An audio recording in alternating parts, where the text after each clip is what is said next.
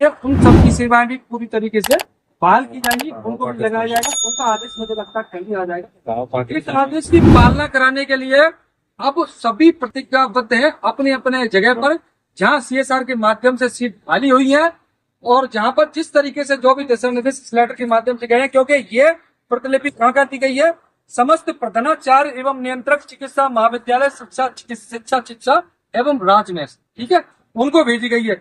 समस्त चिकित्सा अधीक्षक एवं प्रमुख चिकित्सा अधिकारी संलग्न चिकित्सालय चिकित्सा महाविद्यालय शिक्षा एवं राजमेश प्रिंसिपल के पास और चिकित्सा अधीक्षक के पास पूरे राजस्थान में सब जगह ये कॉपी गई, सब जगह आप भी इसकी पीडीएफ कॉपी ले जाके, फोटो कॉपी ले जाके दिखा सकते हैं और अपनी सेवा बहाली के लिए संबंधित अधिकारी से मिल सकते हैं।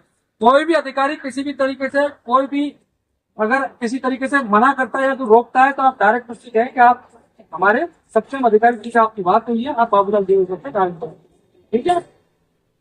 कोई भी सवाल किसी भी तरीके से आपके अंदर हो, कोई अगर कुछ पूछना चाहता हो तो अभी पूछ सकता है। कोई डाउट? दीपक के लिए आज शुरू में प्रिंसिपल सर से भी बात होगी, प्रिंसिपल सर ने भी मना की नहीं की थी।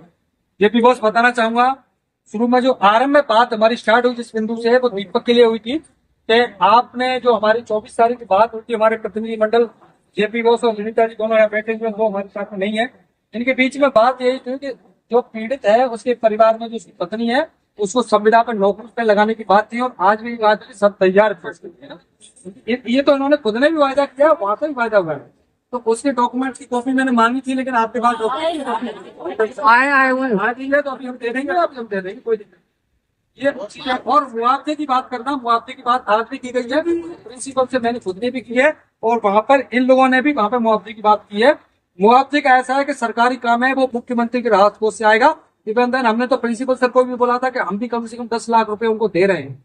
10 लाख रुपए का कलेक्शन हमने लगभग किया है, उसकी पत्नी को हम यहाँ पे बुलाकर देंगे।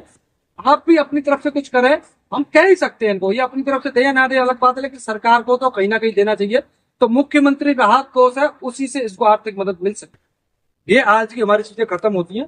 अब वार्ता का बिंदु ये है, ये दो को आ गए, अब इसका लोग इसका श्रेय देने की कोशिश करेंगे कल के प्रोग्राम। मेरी बात सुनिएगा, मैं अपनी बात खत्म कर देता हूँ। अब मैं अपनी बात पूरी खत्म कर देता हूँ। हम सबकी देखो मेरी बात सुनना, परमानेंट जो एसोसिएशन के लीडर्स हैं उनमें हमारे बीच में जेपी कसवा जी बैठे हुए हैं, विनीता शेखावत जी बैठे हुए हैं, ये अपना संबोधन आपको करेंगे। इधर हमारे के यादव जी बैठे हुए, महिपाल सामोता जी बैठे हुए, सोम सिंह मीणा जी बैठे हुए, और भी कोई है परमानेंट से, ये लोग आपके बीच में, सुमन बावल जी बैठी हुई हैं, और भी कोई हो तो सारे लोग बैठे हुए हैं, इस बात के साक्षी हैं। और जो भी हमारे सीनियर लीडर हमारे बीच में नहीं है, जैसे राणा जी अभी धौलपुर गए किसी निजी काम की वजह से, नरेंद्र बोस भी निजी काम से गए, हरि सिंह भाटी जी हमारे साथ वहां वार्ता में थे, उदय धाकर जी हमारे साथ वार्ता में थे, कैलाश शर्मा जी हमारे साथ वार्ता में थे, तो 10-12 लोगों की टीम थी पूरी तरीके से।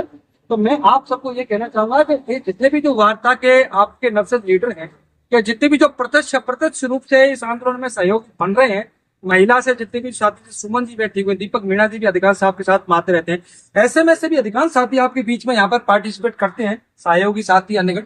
तो जो प्रदेश में भी जो लोग आपका साथ दे रहे हैं, आप इस लेटर की पालना के लिए उन सभी साथियों के साथ मिलकर, क्योंकि प्रिंसिपल ही नहीं अधीक्षकों को भी कॉपी दी गई है ना, अधीक्षक भी लिख रखे हैं इसमें, तो जो सेपरेट अधीक्षक हैं उनसे आप डायरेक्ट अधीक्षक से जाके अपनी ये चीजों की बात करें।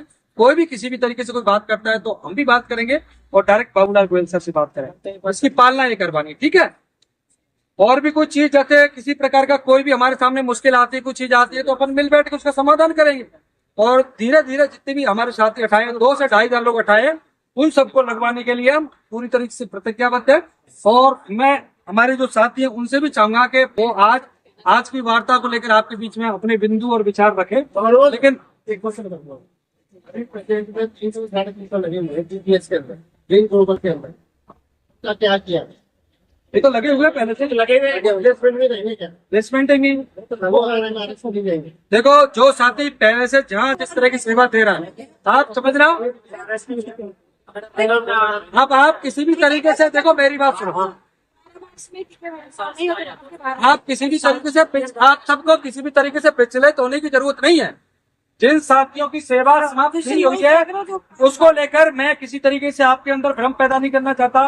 राजस्थान नक्सल संयुक्त संघर्ष समिति ने किसी भी तरह की उनके लिए अभी तक चर्चा नहीं की है। हमारी चर्चा सिर्फ उन लोगों के लिए है जिनकी सेवा बहाली करनी है, जिनकी सेवा समाप्त हो चुकी है। तो पहले से सेवा में तो पहले से सेवा में वो तो सुरक्षित है, वो तो सुरक्षित है, उनको कोई नहीं हटा रहा, उनको कोई नहीं सेवा बहाली नहीं है। एक से दो हटाए फिर वापिस आ रहे हैं, ठीक है, ठीक है।